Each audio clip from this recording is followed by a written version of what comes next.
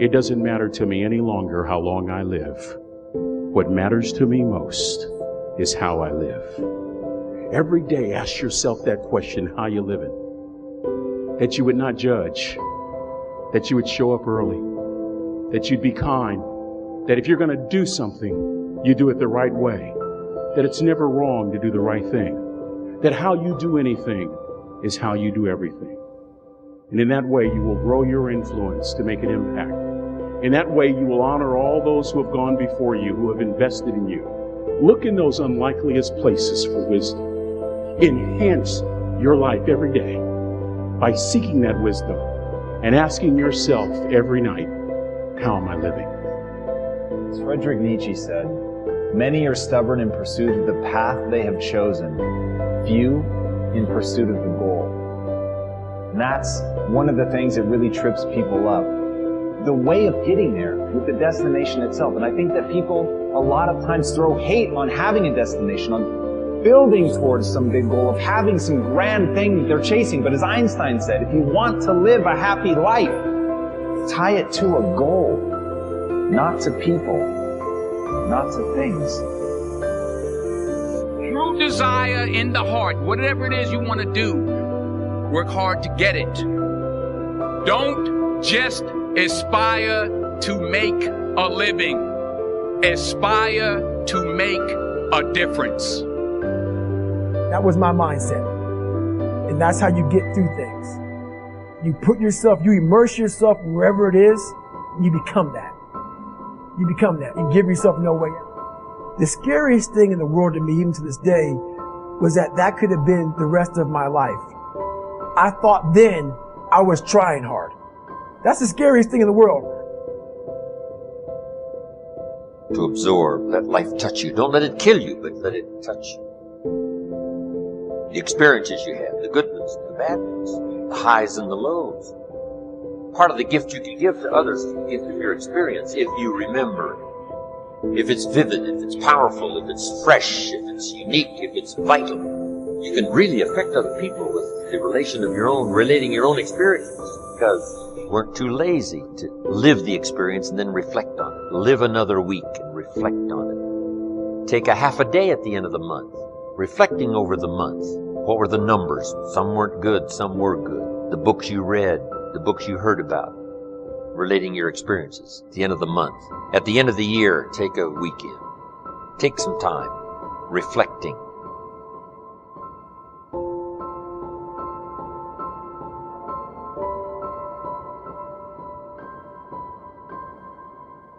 How many times have you had a great idea, didn't do anything about it, and then a year later someone did something about it, made a lot of money, got the promotion, etc.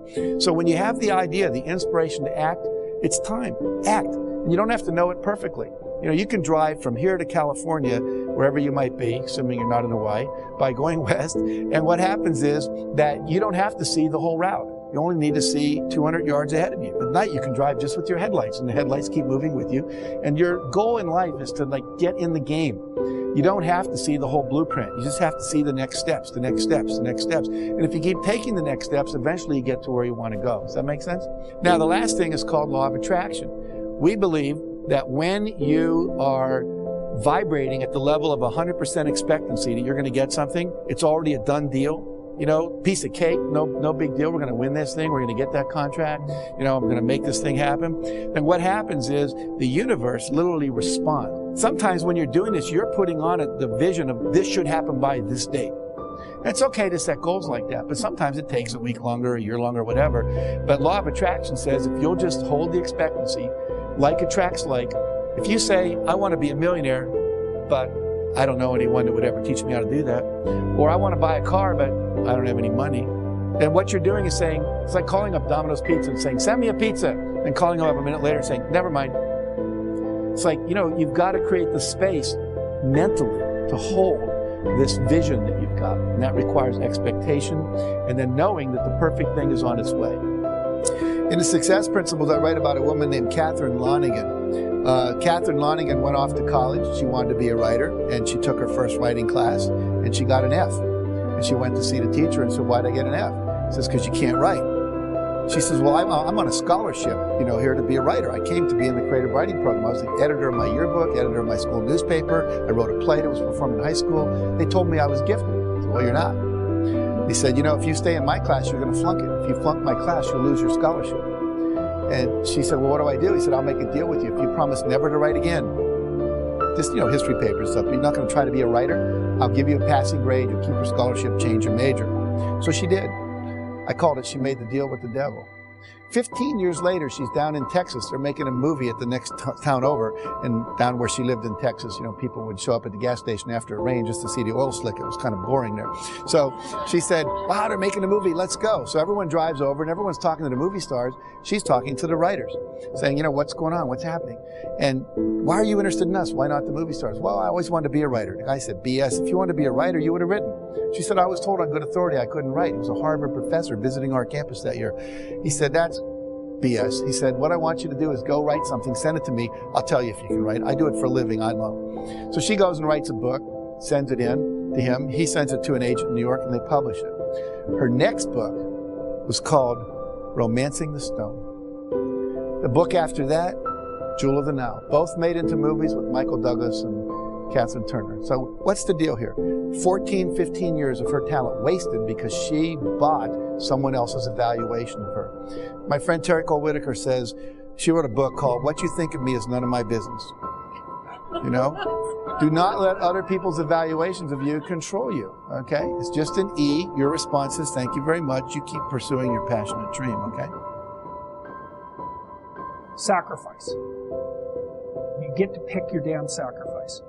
That's all. You don't get to not make one. You're sacrificial whether you want to be or not. This is the Peter Pan story, roughly speaking. Peter Pan is this magical boy. Pan is the god of everything, roughly speaking, right? So it's not an accident that he has the name Pan. And he's the boy that won't grow up. And he's magical. Well, that's because children are magical. They can be anything.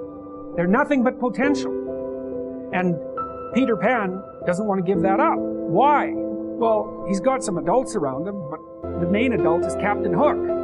Well, who the hell wants to grow up to be Captain Hook? First of all, you've got a hook. Second, you're a tyrant. And third, you're chased by the dragon of chaos with the clock in its stomach, right? The crocodile. It's already got a piece of you. Well, that's what happens when you get older. Time has already got a piece of you. And eventually, it's got a taste for you. And eventually, it's going to eat you. And so Hook is so traumatized by that he can't help but be a tyrant. And then Peter Pan looks at traumatized Hook and says, well, no, I'm not sacrificing my childhood for that. So that's fine, except he ends up king of the Lost Boys. In Neverland, well, Neverland doesn't exist, and who the hell wants to be king of the Lost Boys?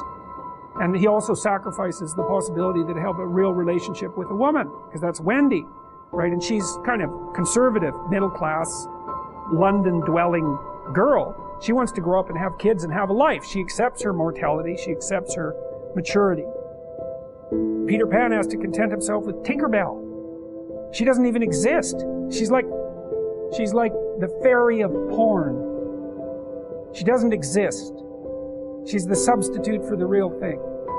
And so, but the dichotomy that you're talking about is very tricky because there's a sacrificial element in maturation, right? You have to sacrifice the pluripotentiality of childhood for the actuality of a frame.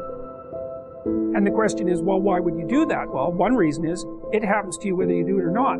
You can either choose your damn limitation, or you can let it take you unaware when you're 30, or even worse, when you're 40. And then that is not a happy day. I see people like this, and I think it's more and more common in our culture because people can put off maturity without suffering an immediate penalty. But all that happens is the penalty accrues, and then when it finally hits, it just wallops you, because when you're 25, you can be an idiot.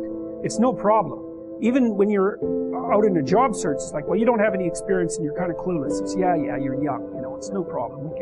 That's what young people are like, but they're full of potential. Okay, well, now you're the same person at 30. It's like people aren't so thrilled about you at that point. It's like, what the hell have you been doing for the last 10 years? Well, I'm just as clueless as I was when I was 22. It's, yeah, but you're not 22. You're an old infant. right? And that's an ugly thing, an old infant. So, part of the reason